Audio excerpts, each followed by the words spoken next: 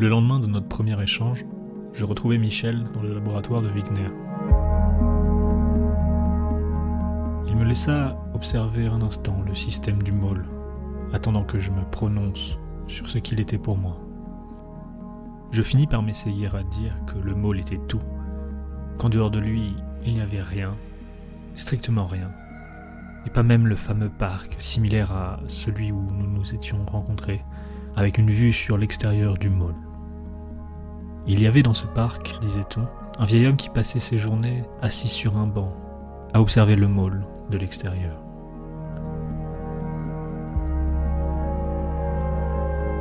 Et lorsque je dis à Michel que c'était un point de vue que je voulais partager avec lui un jour afin qu'il me l'éclaire, il répondit que... Il faut surtout pas qu'on se rencontre dans le parc. Je refuse le parc. C'est vrai. Non, mais c'est exactement l'endroit où il faut pas se rencontrer, parce qu'il n'existe pas, le parc. Il n'existe pas. Donc, effectivement, on peut imaginer qu'il existe, on peut se figurer qu'on va aller discuter dans le parc. Mais au départ, non. Parce que aussi longtemps que c'est pas filtré, on a par définition, par votre propre définition du môle, on n'a pas le droit. Oui. Mais pourtant, le vieil homme, lui, a l'impression. Est-ce que c'est qu'une impression ou est-ce qu'il est dans le parc? Enfin, par quel. Si votre définition du môle est correcte, il a l'impression, ouais. Il me semble. Et en tout cas, dans ma propre vision des choses, il n'y a pas d'extérieur. Oui. Alors justement, on va donc voir. Il n'y a pas de parc, mais ça veut pas. Mais effectivement, le parc, il est nécessaire comme fiction pour comprendre ce que c'est que. Pour croire se représenter effectivement l'intérieur. C'est même fondamental, je pense.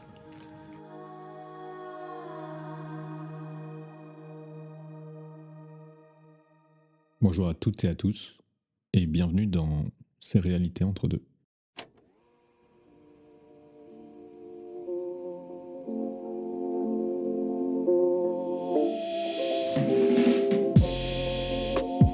Entre deux moments de vie, entre deux espaces d'un instant, plongez-vous entre deux mondes. Entre nous, entre les quatre yeux du présent et l'imaginaire. Entre éveil et rêve, entre ce qu'on peut en comprendre et ce qui nous aura échappé, entre deux réalités. Épisode 8. Le monde est-il extérieur? Deuxième partie. Le temps était venu de reprendre dans notre échange, mais Michel me fit signe d'attendre. Il voulait m'emmener dans un endroit plus propice à une réflexion ensemble. Je le suivis, malgré mon empressement à l'entendre.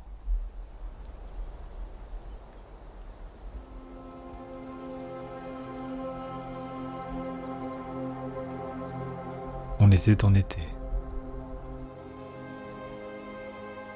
Il me mena hors de la ville, sur une haute colline au-dessous de laquelle passait le Pô, dont on voyait le cours à travers les fertiles rives qu'il baigne. Comme perché au milieu de nulle part, une petite cabane entièrement vitrée et meublée de confortables fauteuils nous attendait. Nous y entrâmes et prîmes place.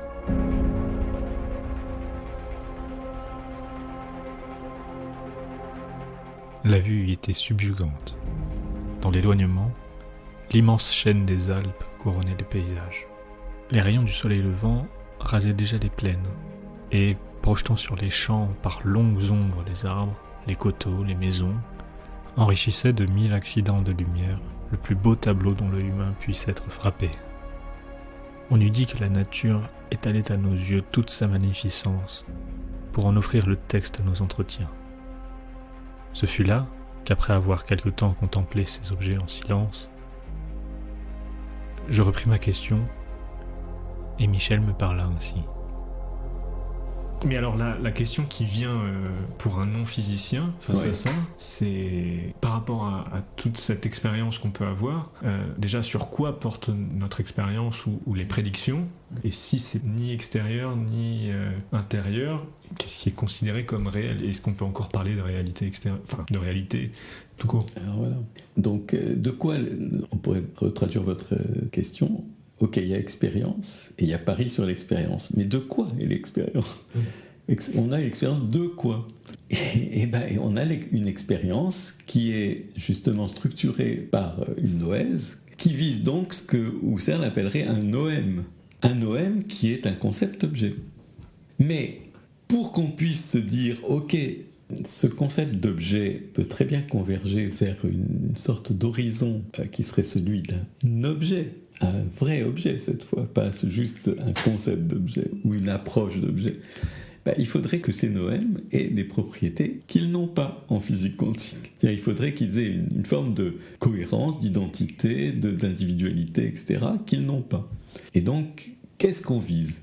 Eh bien, on a une visée, mais cette visée n'est que l'une des fonctions immanentes de notre connaissance et non pas, si vous voulez, la révélation de quelque chose de transcendant à cette connaissance. Et une fois qu'on a dit ça, on va dire oui, mais alors où est la réalité ? Si elle n'est pas dans les objets qu'on vise, si les noèmes ne parviennent pas à cristalliser en objet, qu'est-ce que c'est que la réalité dans laquelle on se meut ? Et qu'est-ce que c'est que cette réalité qui se manifeste, peut-être pas par des expériences, mais comme expérience. Et c'est là qu'intervient justement la fameuse idée que vous avez, qui est assez centrale d'ailleurs dans mon livre, c'est-à-dire l'idée d'une participation au réel. L'idée de dire, ce n'est pas nous, extérieurs ou quasi extérieurs au réel, qui étudions le réel, mais c'est le réel qui se divise en inconnaissant et inconnu dans l'interface de l'expérience ou du phénomène.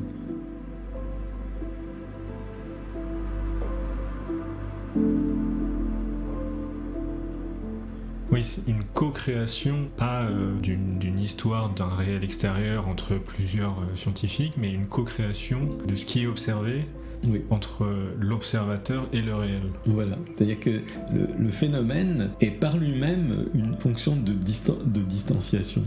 Et ça, entre parenthèses, je pense que j'ai trouvé des inspirations extraordinaires, en particulier évidemment chez Merleau-Ponty, mais aussi et surtout chez Renaud Barbaras, qui lui a développé cette idée, si vous voulez, de l'endo-ontologie, c'est-à-dire d'une ontologie qui participe de la nature plutôt que l'ontologie de quelqu'un en train d'essayer de caractériser ce dont est fait la nature. Il y a quelque chose d'absolument remarquable, parce qu'on a une forme de pensée complètement alternative par rapport à la théorie classique de la connaissance, qui met face à face justement un sujet et un objet, qui met face à face un être connaissant et une nature connue. Là, il n'y a pas de face à face. Il y a une autodistanciation d'un réel qui est totalement solidaire, on va dire, solidaire et indivisible, si ce n'est par autodivision.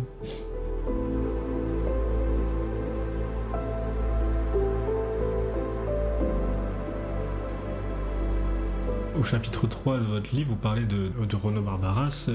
L'entre-deux que recherche l'intuition cubiste, c'est ce qu'on pourrait approcher comme ce qui est selon lui le monde tout court. Donc il donne une nouvelle définition de... C'est pas le monde extérieur, voilà. Oui. C'est le monde tout court qui est, au fond... alors c'est difficile de dire ce que c'est, mais...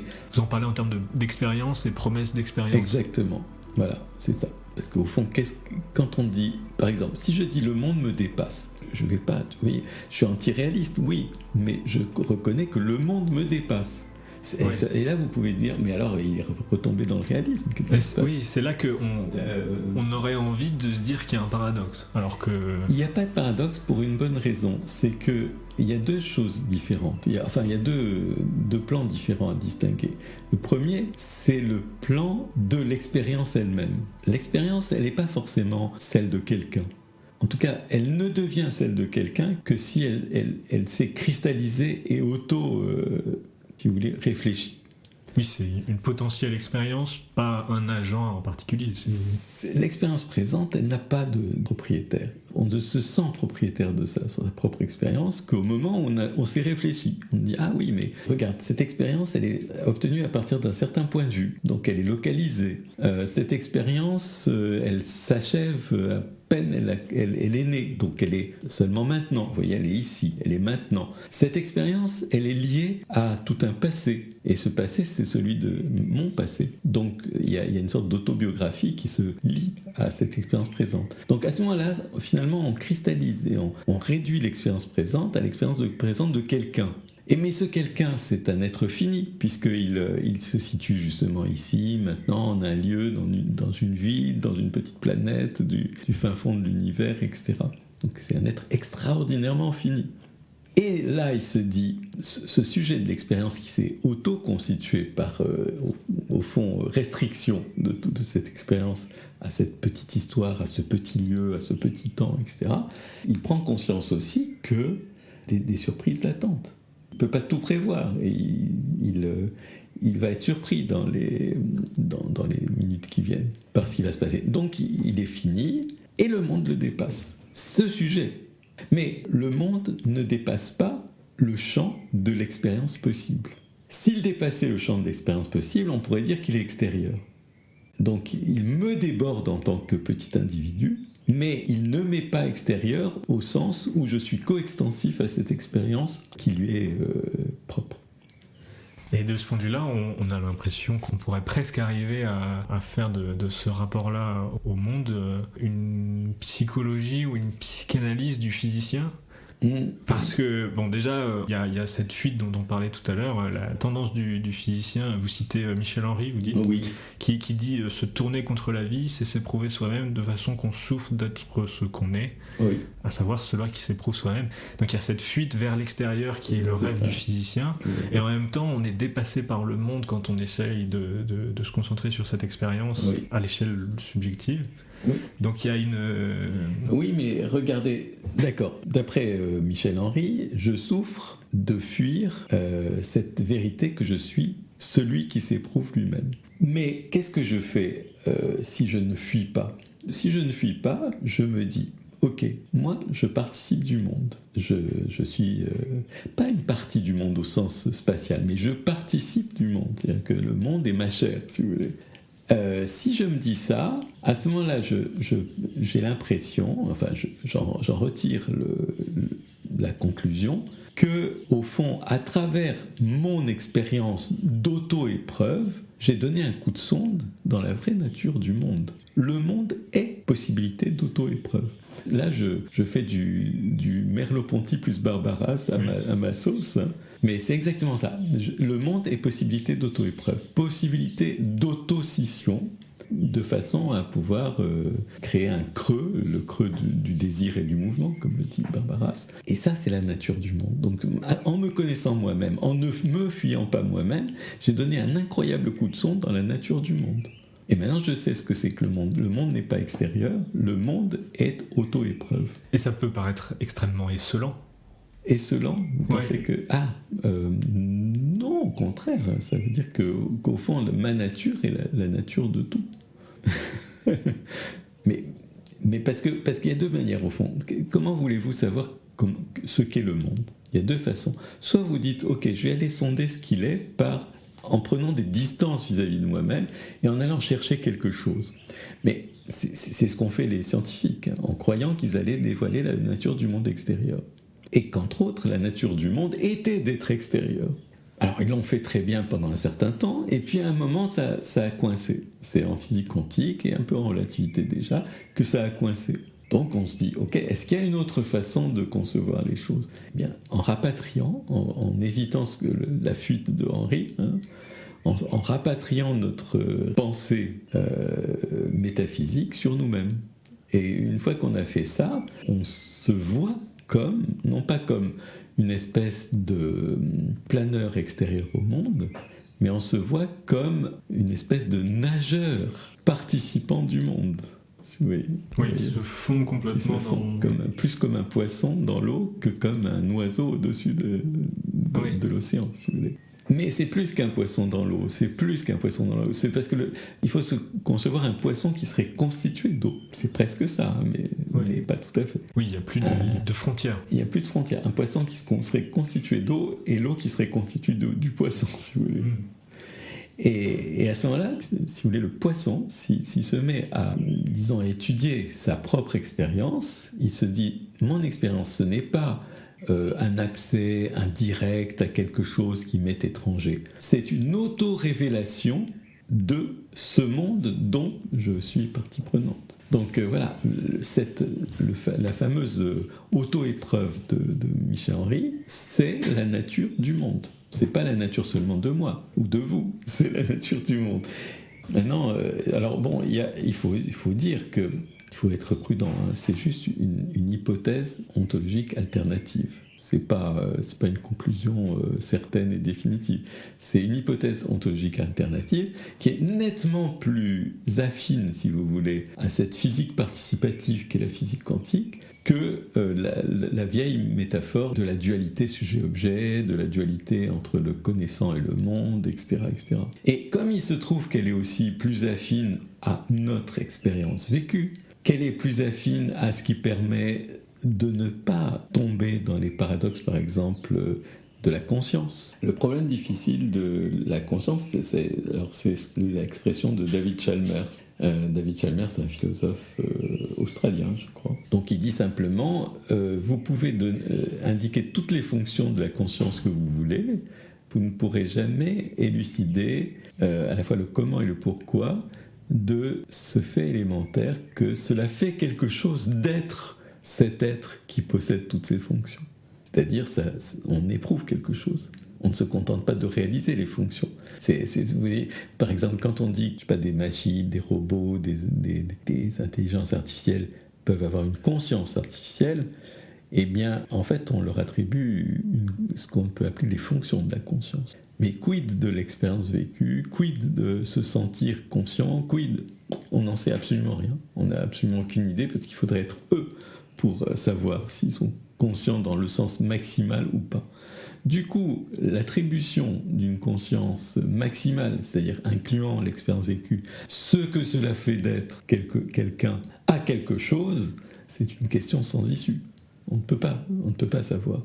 Il n'y a aucun critère extérieur pour savoir. Si un robot se comporte comme un être conscient, ça ne veut pas dire qu'il est conscient au sens plein du terme. C'est-à-dire qu'il est conscient au sens des fonctions, visibles, manifestes. Voilà le problème difficile, si vous voulez. C'est qu'il y a une composante de la conscience, que l'on appelle soit l'expérience vécue, soit la conscience phénoménale, qui échappe complètement à l'étude scientifique, parce que la science ne peut étudier que des fonctions qui se manifestent par des effets, si vous voulez. Oui, même l'expérience ne se manifeste pas. Même en neurologie, on a simplement des signaux électriques qui sont observés et on déduit de ça que tel signal correspond à tel état de conscience, mais on spécule en faisant ça. On spécule, voilà, exactement. En tout cas, voilà, c'est des hypothèses. Alors des hypothèses qui peuvent d'ailleurs être utiles parce que ça peut nous donner des indices pour dire ok, telle personne qui est dans le coma, elle est peut-être pas tout à fait inconsciente, ou en anesthésie. Donc c'est des indices intéressants qui ont une certaine valeur opératoire pour les médecins, mais qui ne nous indiquent pas la nature de cette chose extraordinaire qu'est l'expérience vécue, quoi. Le mystère de la conscience reste entier. Voilà, sur le plan scientifique, ça reste entier. Sur le plan technologique, oui, il y a des choses intéressantes qui sont faites. Donc voilà, ce que je vous ai dit, c'est qu'il y a convergence de deux problèmes majeurs de la science, les paradoxes de la physique quantique d'un côté et les apories de la philosophie de la conscience de l'autre côté, qui convergent vers cette vision, on dirait, endo-ontologique de ce qu'il y a. Voilà ce qui me convainc, c'est quand vous avez une clé qui permet d'ouvrir plusieurs portes, quoi. Et ça, c'est pas mal. Pour le scientifique, c'est convaincant. Ouais, mais pour le philosophe aussi, une théorie unitaire de quelque chose, c'est quand même, on se dit, si cette hypothèse permet de lever des paradoxes dans plusieurs domaines, c'est crédible. Oui. Mais bien sûr, il n'y a jamais de certitude, encore moins en métaphysique qu'en science, quoi.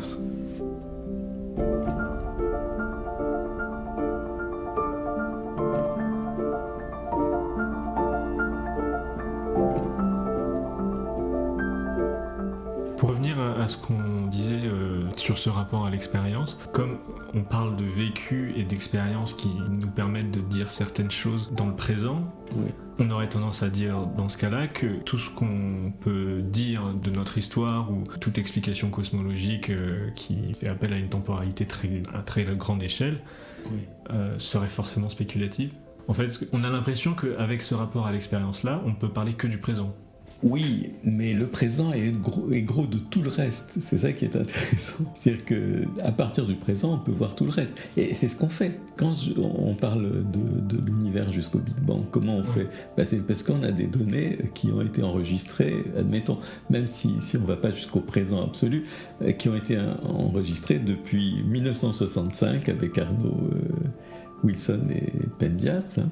Et puis maintenant, c'est-à-dire au fond, on reconstruit les 14 milliards d'années qui ont précédé à partir de 100 ans. Et c'est là que oui, si on a envie de rester dans une époque la plus totale, on aurait aussi envie de dire que toutes les informations qui viennent de notre mémoire ne devraient plus être prises en compte dans l'expérience. Ben si, mais c'est des faits d'expérience. Il faut savoir que c'est des faits d'expérience présentes. Et c'est ce que fait Husserl dans les leçons sur la conscience intime du temps. Si vous voulez, il reconstitue. Par exemple, pour lui, le souvenir, ça s'appelle une représentation. Présentation. Ce qui compte, c'est le mot présentation. Si le souvenir n'était pas de nouveau présent, eh ben il n'existerait pas. Il n'existe qu'en tant qu'il est représenté. Et une autre composante très importante de la phénoménologie du temps chez Husserl, c'est ce qu'il appelle la rétention. Et la rétention, c'est l'espèce de traînée d'un passé très proche dans le présent. Mais là aussi, si ce n'était pas, par exemple, si vous écoutez une mélodie, vous ne l'écoutez en tant que mélodie, et non pas en tant que la dernière note que vous avez entendue, que parce qu'il y a cette traînée de la rétention, que les neurologues pourraient appeler la mémoire à court terme, etc. Bon. Ou la mémoire de travail, voilà. Mais cette traînée aussi, si vous ne l'appréhendiez pas en tant que présente, elle aurait disparu. Donc il faut sans cesse ramener tout ça au présent. On ramène la représentation du souvenir au présent, on ramène la rétention au présent, et ainsi de suite, et ainsi de suite. Et donc, pareil pour le Big Bang. Le Big Bang, si on n'en était pas convaincu ici et maintenant, ça ne serait pas grand-chose. Oui. Et en plus, ça c'est une partie de ma controverse que vous connaissez avec le matérialisme spéculatif, mais on n'arrête pas, on n'arrête pas le progrès des sciences. C'est-à-dire que les sciences n'arrêtent pas de reforger leur propre représentation, non seulement du monde actuel, mais aussi du passé du monde. Et donc, par exemple, si vous voulez, entre le concept de Big Bang chez Lemaître, qu'il a inventé, si vous voulez, le fameux atome primitif, et le concept de Big Bang, par exemple, de Hawking et Hertog, il y a un monde, si j'ose dire. C'est plus du tout la même chose, c'est plus une singularité du temps. Chez Hawking et Hertog, ça devient une espèce de tournant, si vous voulez, d'un espace-temps, une sorte de rotation d'un espace-temps dans un système d'axes réels et imaginaires. Ça n'a plus rien à voir, c'est plus un événement dans le temps, si vous voulez. Même le situer 13,8 milliards d'années, ça ne marche que si on a adopté comme échelle de temps celle qui est déterminée par exemple par les horloges atomiques contemporaines, par les mouvements terrestres contemporains, etc. Donc on extrapole nos échelles de temps vers un passé où on ne sait pas si les horloges vont marcher de la même façon.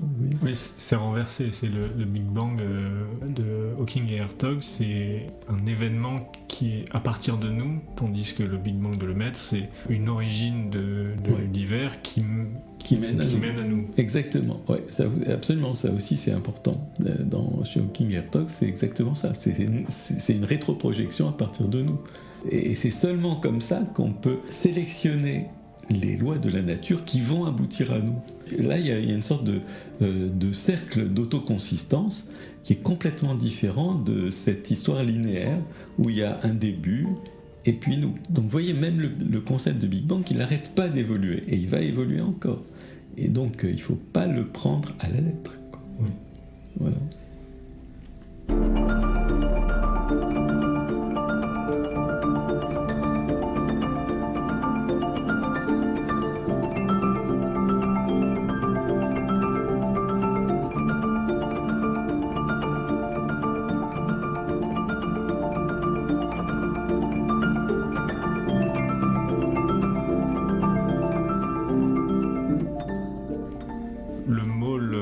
représenter un monde clos, infini, et en dehors duquel il n'y a rien. Oui, et en voie de développement à partir de ses propres processus intérieurs dont font partie ses habitants. Voilà, donc il n'a pas d'extérieur, il est infini, et il est en voie de remétabolisation à partir de ce que font ses habitants qui sont partie prenante de son destin, si vous voulez. Donc quel serait ce point de vue de l'homme dans le parc ? Alors vous me dites que c'est un point de vue que vous voulez pas adopter, ou en tout cas vous... Attendez, j'ai dit que le môle c'est tout ce qu'il y a. Il n'y a donc pas de point de vue extérieur au môle. Sauf si les individus qui appartiennent au môle se représentent un parc, c'est-à-dire une extériorité au môle, qui leur sert à comprendre ce dont ils participent, qui est le môle. Donc c'est forcément, si vous voulez, par définition, le parc est une projection à partir du môle, puisqu'il n'y a rien d'autre que le môle. Est-ce qu'on peut le considérer comme pas une antithèse du môle, mais l'exception qui confirme la règle, qui permet aux habitants du môle de se faire une projection de ce qu'il est ? Oui, mais c'est pas une exception, parce que ça fait partie, si vous voulez, de l'intériorité du môle que de pouvoir se représenter en tant qu'extérieur. C'est une fausse extériorité, c'est une extériorité mentale. D'accord. Et c'est l'extériorité typique, si vous voulez, du point de vue métaphysique. Il y a une phrase de Borges que j'ai toujours adorée, c'est « La métaphysique est une branche de la littérature de fiction ». Et donc ça veut dire que se représenter un parc à partir duquel on puisse regarder le môle de l'extérieur, c'est une fiction intérieure au môle. Ah voilà oui. Comment je le vois. D'accord. Donc toute métaphysique qui nous permet de se représenter comme si on était extérieur au monde, c'est une fiction intérieure au monde. Ça fait partie du monde. Le monde est aussi capable de produire des autofictions, si vous voulez, des fictions sur lui-même. Et dans ce cas-là, le fait d'être dans le môle ou le fait d'être ici, dans ce bureau, aux Archives Sœurs, quelle est la différence entre les deux ? Si vous me dites le môle c'est tout, alors évidemment être dans un bureau aux Archives Sœurs, c'est un aspect de la vie dans le môle. Maintenant, la question que je me pose, c'est, voilà, quand j'ai utilisé souvent, en fait, à mon corps défendant, mais je l'ai utilisé souvent, une figure où j'essaye, par exemple, de décrire, au fond, l'ensemble de ce monde qui s'auto-divise pour s'auto-organiser comme s'il se connaissait lui-même. J'ai souvent utilisé cette métaphore qui implique que tout se passe là aussi comme si moi je m'en étais exclu. Je dis ok, il y a l'univers là et il s'autodivise. Donc pour me représenter un univers qui s'auto-connaît et hors duquel il n'y a rien, je suis obligé de créer de l'intérieur de cet univers une fiction sur moi qui le regarderait comme si j'étais extérieur à lui. Oui. Donc c'est un étrange retournement de situation. Mais on ne peut pas pour autant dire que cette création-là nous permet d'en sortir. Elle ne nous permet pas d'en sortir, parce que, absolument, par définition, c'est impossible d'en sortir. Par définition de l'univers, il n'y a rien hors de l'univers. Par définition du môle, il n'y a rien hors du môle. Donc, non, mais c'est un aspect de l'univers. Un des aspects de l'univers, c'est d'être capable de produire des secteurs de lui-même apte à se faire des représentations de l'ensemble de ce qu'il est censé être. Mais ces représentations-là ne prétendent pas avoir capturé sa nature. Si elles prétendaient avoir capturé sa nature, c'est qu'on aurait vraiment réussi à faire le voyage vers l'extérieur. Et on ne l'a pas fait, et on ne peut pas le faire par définition, si vous voulez.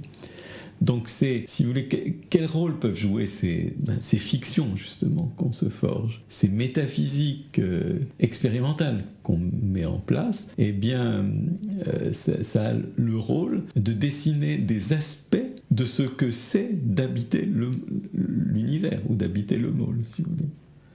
Et c'est plus facile de se représenter des aspects de la vie dans l'univers en se représentant les choses comme si on en était extérieur que de le faire de l'intérieur. Parce que de l'intérieur, qu'est-ce qui se passe ? C'est comme, vous voyez ce que disait, je ne sais plus quel philosophe d'ailleurs, des sciences, il disait, il est impossible pour un poisson de faire la théorie de l'eau, parce qu'il nage dedans. Donc ce qu'il faut pour qu'il fasse la théorie de l'eau, c'est que mentalement, il s'extrait de l'eau. Alors, mais il a beau s'extraire mentalement de l'eau, il est toujours dans l'eau. Oui. C'est dans l'eau qu'il produit sa représentation de lui comme extérieur à l'eau. Et ben nous, c'est pareil. C'est à partir de l'univers ou du môle qu'on forge des représentations de ce que ça serait si on était extérieur à l'univers ou au monde. Mais encore une fois, ça serait de la mauvaise métaphysique que de croire à la métaphysique. Parce que croire à la métaphysique, ça voudrait dire on a réussi, on s'est placé à l'extérieur et maintenant on sait comment est le monde. Par contre, un métaphysicien conscient de lui-même sait que, en fait, c'est une fiction. Et une fiction utile, mais une fiction quand même.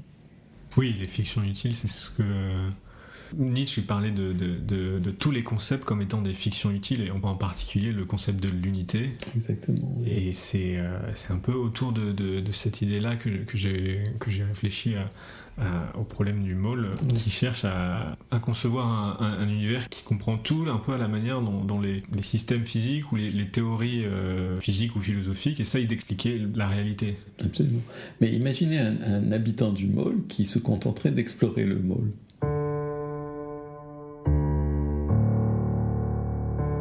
Et il sait en plus, il voit bien qu'il n'y a pas de fin.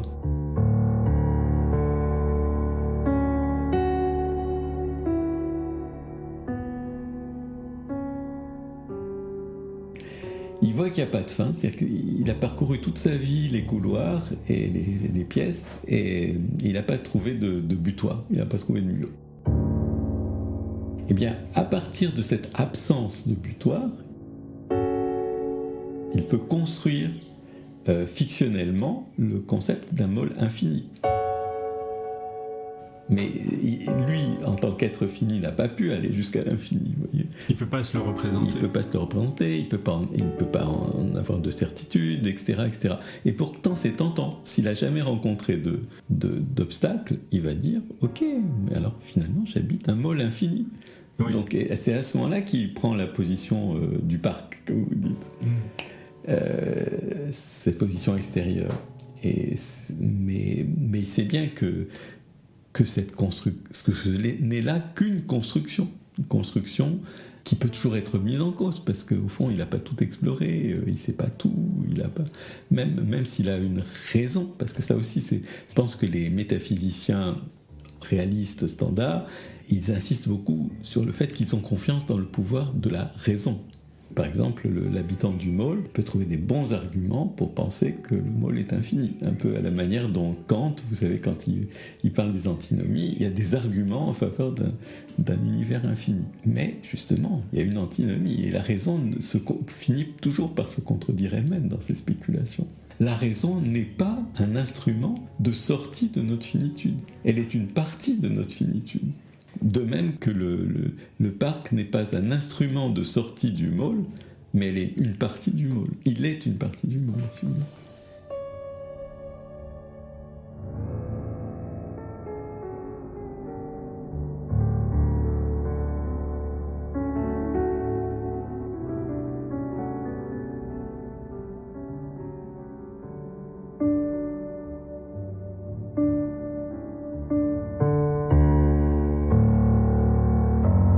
Est-ce que cette opposition entre fini ou infini, ou le fait que nous essayons de concevoir quelque chose comme infini alors que nous sommes finis, est-ce que tout ça, c'est pas comme dans le cas du môle, un problème de définition ou un problème de langage ? Oui, mais le langage, il a une propriété extraordinaire. C'est que d'un côté, si vous le regardez de près, c'est quoi ? C'est quelques sons, quelques lettres qui tiennent dans quelques pages ou dans quelques moments d'une vie humaine finie. Et d'un autre côté, il parle de choses incroyables comme, je sais pas, les transfinis de Cantor, etc. Vous savez que Cantor croyait qu'il avait atteint Dieu grâce à ses alephes successifs, quoi, ses transfinis, parce qu'il arrivait à manipuler une algèbre des infinis actuels.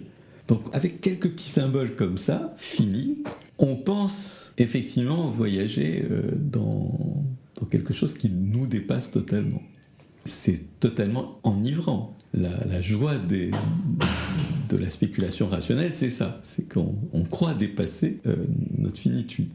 Mais en fait, vous vous rendez compte, mais si vous regardez, toujours avec ce regard phénoménologique un peu aplatissant, regardez les textes de Cantor, c'est quelques lettres sur un papier blanc. Vous voyez ?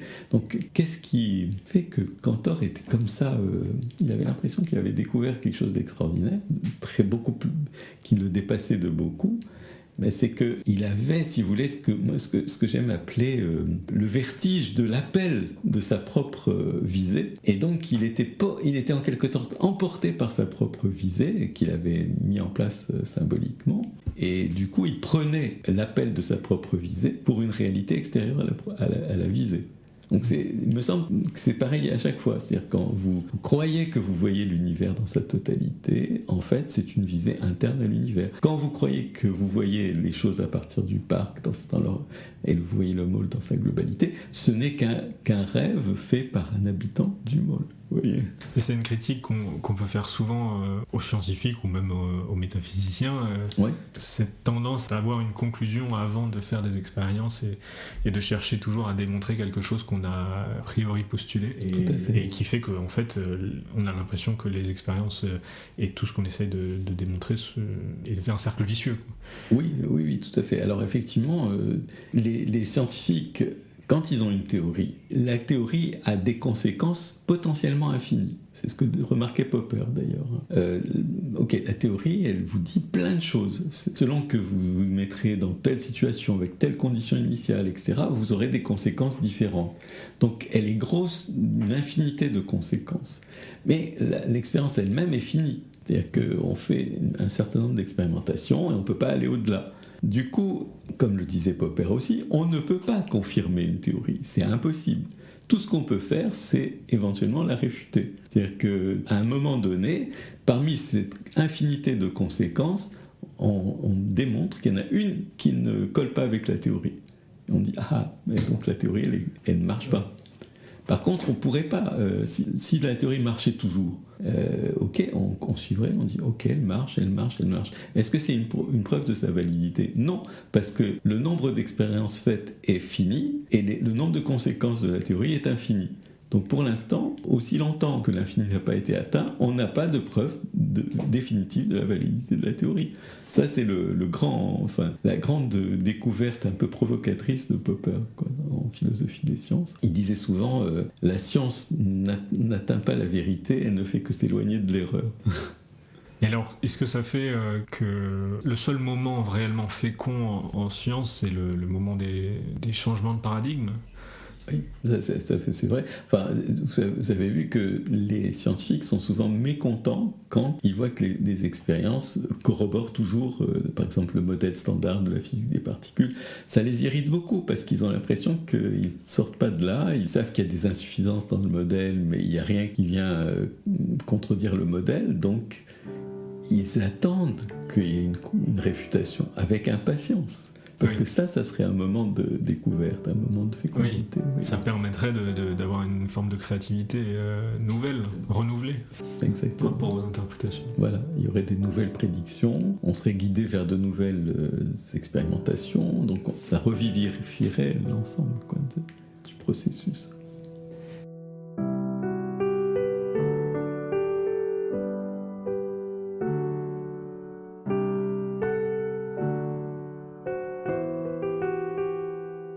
La dernière fois qu'on s'était vu, on avait parlé du rôle que pouvait jouer l'art en science, que ce soit comme moyen d'allégorie ou alors pour apporter une dimension créative à la construction des théories. Est-ce que, avec l'interprétation cubiste que vous développez de la mécanique quantique, est-ce qu'il y a une plus grande part à la créativité dans l'interprétation ? C'est sûr que la physique cubiste, c'est une physique de la table rase ou de l'époque radicale. Donc, évidemment, elle laisse ouverte beaucoup plus de portes à l'éventuelle élaboration fictionnelle en quoi consiste la métaphysique, par exemple. Donc finalement, curieusement, quelquefois, on pensait que la science allait en fait contraindre la métaphysique à quelque chose de beaucoup plus strict et plus restreint que ce que les anciens avaient pensé. Mais il semble bien que même si l'interprétation cubiste de la mécanique quantique élimine un grand nombre de métaphysiques, par exemple les métaphysiques classiques, les métaphysiques qui fondent la théorie de la connaissance sur un dualisme, par exemple. Mais par ailleurs, tout le reste est ouvert, et beaucoup plus ouvert peut-être que ça n'a jamais été. Du fait de cette co-création du moi-monde. Voilà, exactement. Alors ça, c'est une manière de formuler une des conclusions majeures métaphysiques l'une des conclusions qui pourrait émerger du cubisme. Mais ce qui est apporté comme conclusion initiale par le cubisme, c'est pas une conclusion positive, c'est une conclusion négative. Genre, les métaphysiques antérieures de la dualité ne marchent pas. Donc, c'est plus en négatif qu'en positif. Après, vous pouvez greffer du positif là-dedans, comme je l'ai fait d'ailleurs, comme j'ai essayé de le faire en m'inspirant de Merleau-Ponty, etc., et Barbaras. Mais en fait, si vous êtes prudent, vous allez vous contenter de la négation. On ne peut plus soutenir une métaphysique du monde extérieur face à un sujet qui lui est étranger. Voilà. Quoi après, libre à vous d'imaginer ce qui peut marcher. Donc moi j'étais content quand j'ai lu votre histoire du môle qui n'a pas d'extérieur, parce que c'était une réponse possible, une fiction qui pouvait répondre à cette ouverture faite par la physique quantique.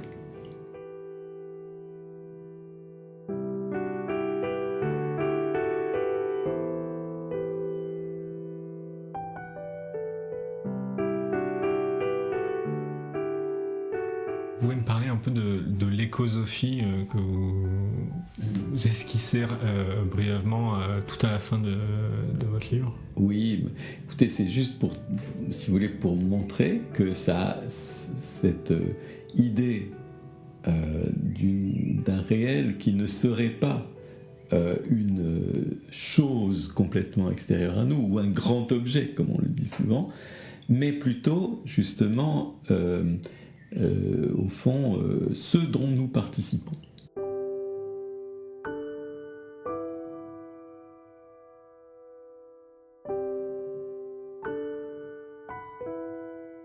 C'est-à-dire que là, il y a une intimité extrême entre le connaissant et le connu. Le connaissant n'est pas d'une autre étoffe que le connu.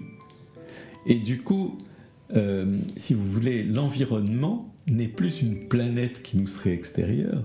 Souvent, justement, on dit il faut sauver la planète. Oui. Mais il faut se sauver nous-mêmes, qui sommes des parties prenantes sur le plan de l'écosystème de cette planète.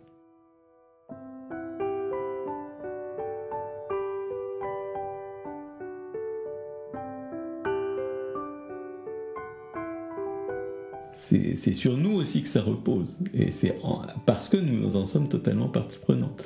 Donc, une physique qui ne conçoit plus le réel comme une extériorité est aussi un parfait analogue d'une écologie qui ne conçoit pas la planète comme une espèce de corps dont il faudrait s'occuper, ou qu'il faudrait, et encore moins qu'il faudrait exploiter, si vous voulez. Et à la fin, je signale même un truc évident, c'est que puisque, justement, la théorie physique, qui a commencé par s'extraire complètement de ce dont elle voulait clarifier la nature, a fini par reconnaître qu'elle est complètement coextensive à cette nature qu'elle voulait connaître, alors tout se passe comme si, au fond, la science entière, à travers la physique qui en est un des piliers, si vous voulez, est fondée sur une base écologique. Donc c'est plus l'écologie qu'on doit étudier par le moyen de sciences, au fond, de l'extériorité. C'est la science qui s'est reconnue comme n'étant plus une science de l'extériorité, étant une science de la participation, et donc fondamentalement une science écologique. Une science du milieu, au sens presque étymologique du terme. Nous sommes au milieu des choses. Notre milieu, c'est le milieu des choses où nous sommes, si vous voulez. Nous en participons. Nous ne lui sommes pas étrangers. Voilà ce qu'on peut dire sur le rapport à l'écologie. Bon, c'est un rapport en plus à une écologie particulièrement radicale, quoi. C'est une écologie qui n'est plus juste une écologie de la gestion des ressources, c'est une écologie de la pensée de l'être au milieu, si vous voulez.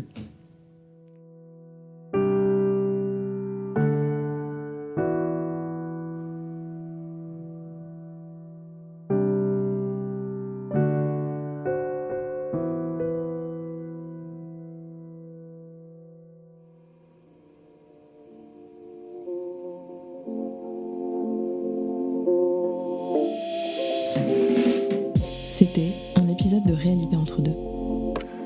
Un podcast proposé par Rémi Kuntz.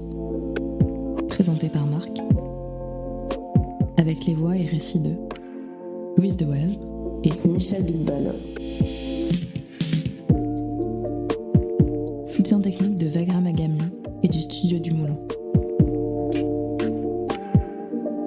Et si d'une manière ou d'une autre, vous sentez une proximité étrange entre deux mondes, entre deux réalités, et que ces réalités entre deux vous parlent, alors écrivez-nous à l'adresse réalitéentre2@gmail.com au pluriel et en toutes lettres. Et puis on verra bien. Peut-être que toutes ces réalités nous mèneront quelque part. Je l'espère. À bientôt, Marc. À bientôt. Et merci d'avoir été là.